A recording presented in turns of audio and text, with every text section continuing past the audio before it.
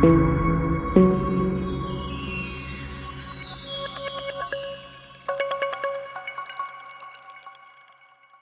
ഉള്ളത് മണാലിയിലാണ്.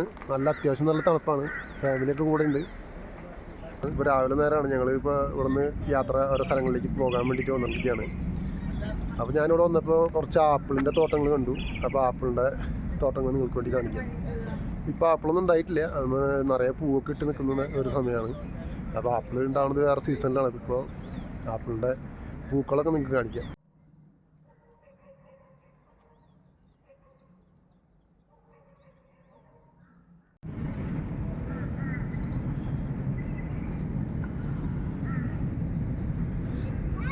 ആപ്പിളിൻ്റെ പൂക്കൾ ഉണ്ടായി നിൽക്കുകയാണ്.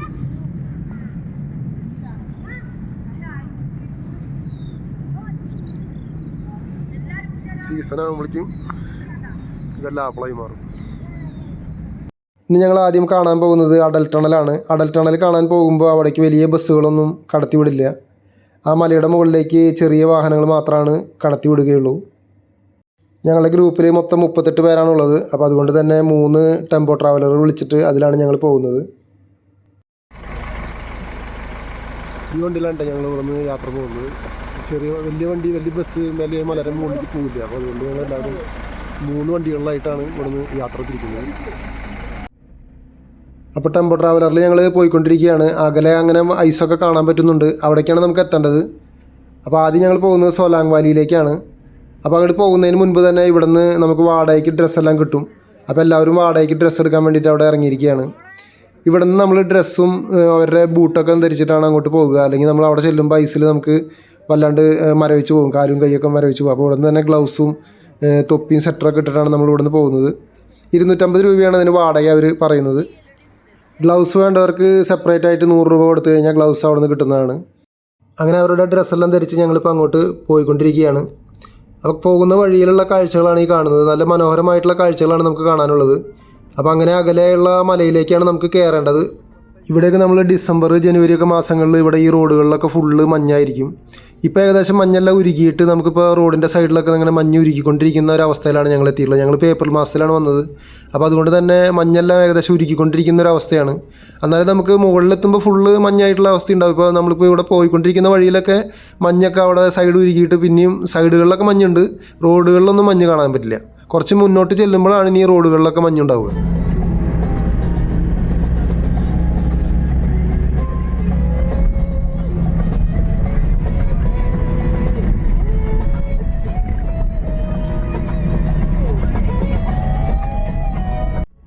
ആദ്യം ഞങ്ങൾ പോകുന്നത് സോലാങ് വാലിയിലേക്കാണ്. സോലാങ് വാലിയിലെത്തിയിട്ട് ഫുള്ള് ഐസുള്ള ഒരു പ്രദേശമാണ് ആ സോലാങ് വാലി. അപ്പോൾ അവിടുത്തെ കുറച്ച് വ്യൂസ് ഉണ്ട്. അത് കഴിഞ്ഞതിന് ശേഷമാണ് പിന്നീടാണ് അടൽ ടണലിലേക്ക് പോവുകയുള്ളൂ.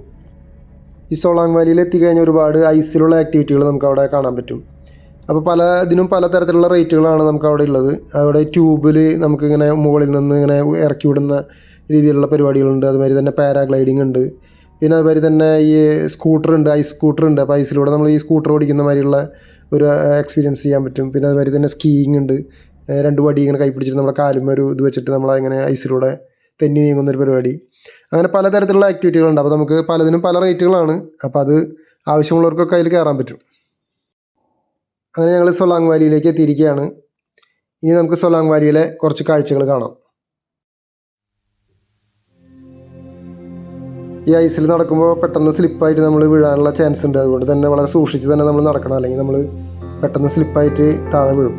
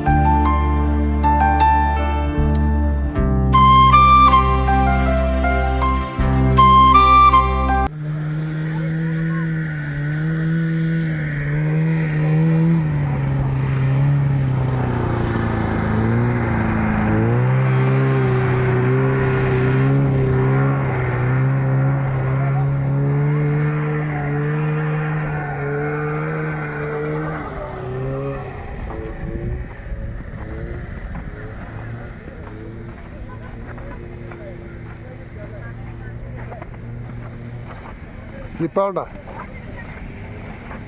സ്ലിപ്പാവണ്ട.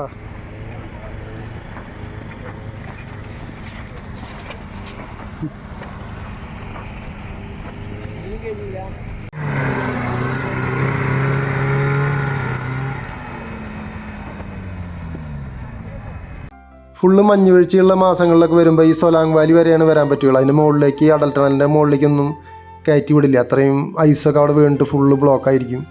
അതുകൊണ്ട് തന്നെ നമുക്ക് ഈ വന്ന സമയം നല്ലൊരു സമയമാണ്. അപ്പോൾ അതുകൊണ്ട് തന്നെ നമുക്ക് അങ്ങോട്ട് എല്ലായിടത്തേക്കും പോകാനായിട്ട് പറ്റി.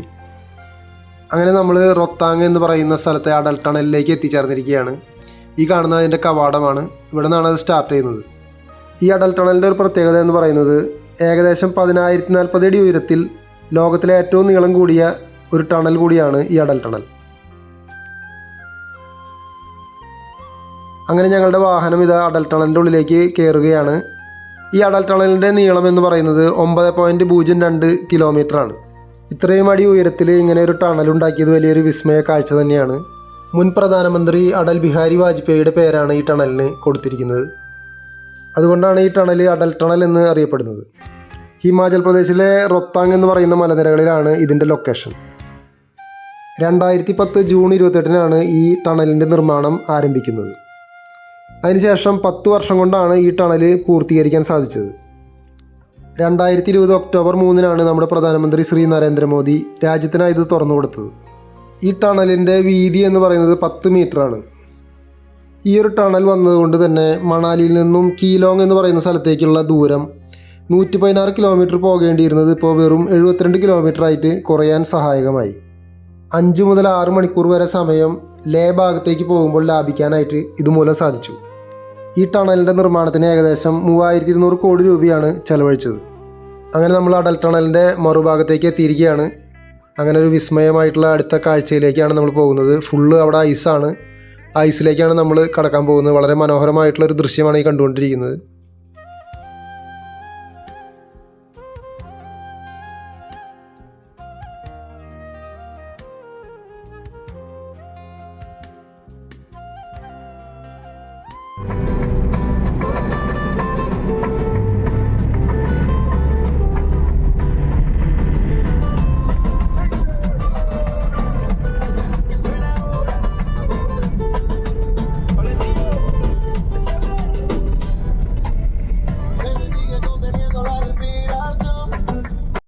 ഇവിടെ കച്ചവടം ചെയ്യുന്ന ആൾക്കാരെയൊക്കെ ഒന്ന് സമ്മതിക്കണം കേട്ടോ. അത്രയേറെ ഐസും തണുപ്പുള്ള സമയത്താണ് ഇവരെല്ലാം ഇവിടെ ബിസിനസ്സുമായിട്ട് ഇരിക്കുന്നത്. ഒരുപാട് വാഹനങ്ങളിലും അതുമാതിരി തന്നെ പലതരത്തിലുള്ള കച്ചവടക്കാർ ഇവിടെ നമുക്ക് കാണാൻ പറ്റും. റോഡിൻ്റെ ഇരുവശങ്ങളിലുമായിട്ട് കച്ചവടക്കാർ ഒരുപാടുണ്ട്. അവരുടെയൊക്കെ പലവരുടെയും ഈ കച്ചവട സ്ഥാപനങ്ങളിലൊക്കെ ഫുൾ ഐസ് വീണിട്ട് ഫുള്ള് മൂടിയിരിക്കുകയാണ്. അങ്ങനെ ഞങ്ങൾ വണ്ടി നിർത്തിയിട്ട് ഇങ്ങോട്ട് നടക്കുകയാണ്. ഞാനിപ്പോൾ മണാലിയിലെ അടൽ ടണലിൻ്റെ അടുത്താണ് നിൽക്കുന്നത്. നല്ല ഐസാണ് ഇവിടെ എല്ലാവിടെയും. വളരെ നല്ല ഭംഗിയുള്ള ബ്യൂട്ടിഫുൾ വ്യൂസാണ് കാണാനുള്ളത്. അപ്പോൾ ഞങ്ങൾ കുറേ നേരം ഐസിലൊക്കെ കളിച്ചു. നല്ലൊരു രസകരമായിട്ടുള്ളൊരു അന്തരീക്ഷമാണ്. അടിപൊളിയായിട്ടുണ്ട്.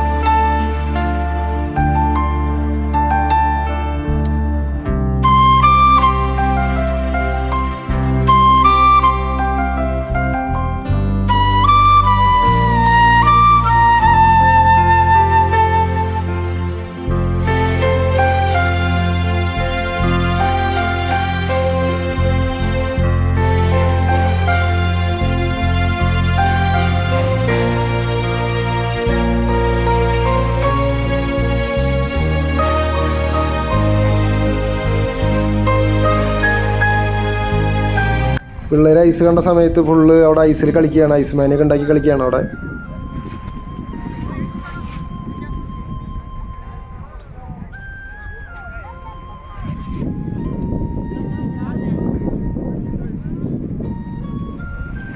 ഇവിടെ വളരെ വയസ്സായിട്ടുള്ളൊരു അമ്മാമ്മ അവിടെ കച്ചവടം ചെയ്യാനായിട്ട് വന്നിട്ടുണ്ടായിരുന്നു. അപ്പോൾ അത് എൻ്റെ കയ്യിൽ ഓംലേറ്റും അതുമാതിരി തന്നെ നൂഡിൽസൊക്കെ ഉണ്ടായിരുന്നു. അപ്പോൾ ഞങ്ങൾ അവിടെ നിന്ന് ഓംലേറ്റും നൂഡിൽസൊക്കെ മേടിച്ച് കഴിച്ചു. അപ്പോൾ ആൾ കച്ചവടം ഇല്ലാണ്ടിരിക്കുകയായിരുന്നു. അപ്പോൾ ഞങ്ങളൊക്കെ വന്നപ്പോൾ ആൾക്ക് വളരെ സന്തോഷമായി. ഒരുപാട് ആൾക്കാരെ കണ്ടപ്പോൾ ആൾക്ക് കച്ചവടം കിട്ടിയല്ലോ. അപ്പോൾ അതിൻ്റെ ഒരു സന്തോഷത്തിലായിരുന്നു ആൾ.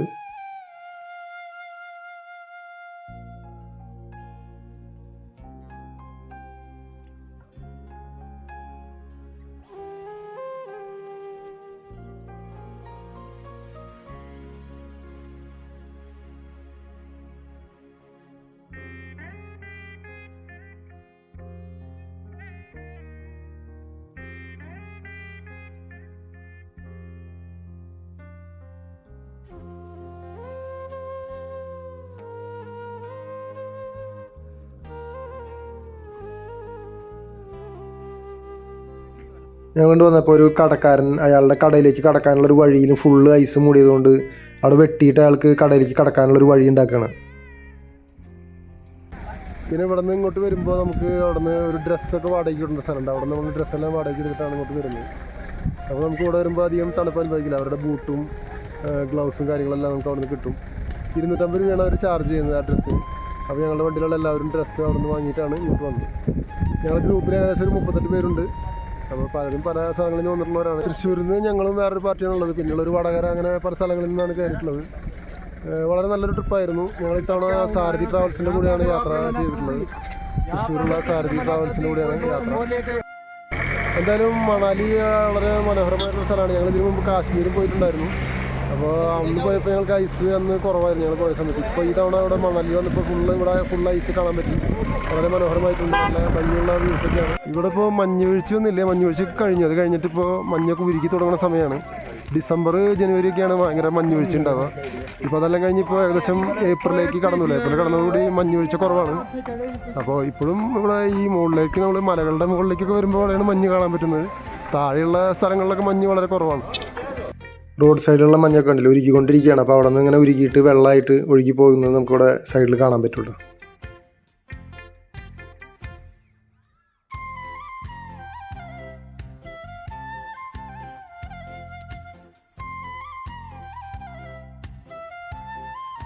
എന്തായാലും മണാലിയിൽ വരാനും ഇവിടുത്തെ ഈ ഐസും കാര്യങ്ങളൊക്കെ ആസ്വദിക്കാനൊക്കെ പറ്റിയത് വലിയൊരു ഭാഗ്യമായിട്ട് കരുതുകയാണ്. ഒരിക്കലെങ്കിലും ഈ മണാലി വന്ന് സന്ദർശിക്കേണ്ടത് തന്നെയാണ്. അത്രയും മനോഹരമായിട്ടുള്ളൊരു സ്ഥലം തന്നെയാണ് മണാലി. ഈ വീഡിയോ നിങ്ങൾക്ക് ഇഷ്ടപ്പെട്ട് കാണുമെന്ന് ഞാൻ വിശ്വസിക്കുന്നു. വീഡിയോ ഇഷ്ടപ്പെടുകയാണെങ്കിൽ നിങ്ങൾ ലൈക്കും കമൻസൊക്കെ ഇട്ടിട്ട് എന്നെ സപ്പോർട്ട് ചെയ്യുക.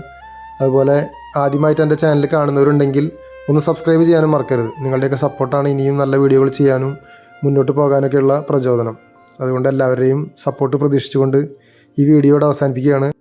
വീഡിയോ കണ്ട് സപ്പോർട്ട് ചെയ്ത എല്ലാവർക്കും ഒരിക്കൽ കൂടി നന്ദി പറഞ്ഞുകൊണ്ട് ഈ വീഡിയോയുടെ അവസാനിപ്പിക്കുന്നു. എല്ലാവർക്കും നന്ദി, നമസ്കാരം.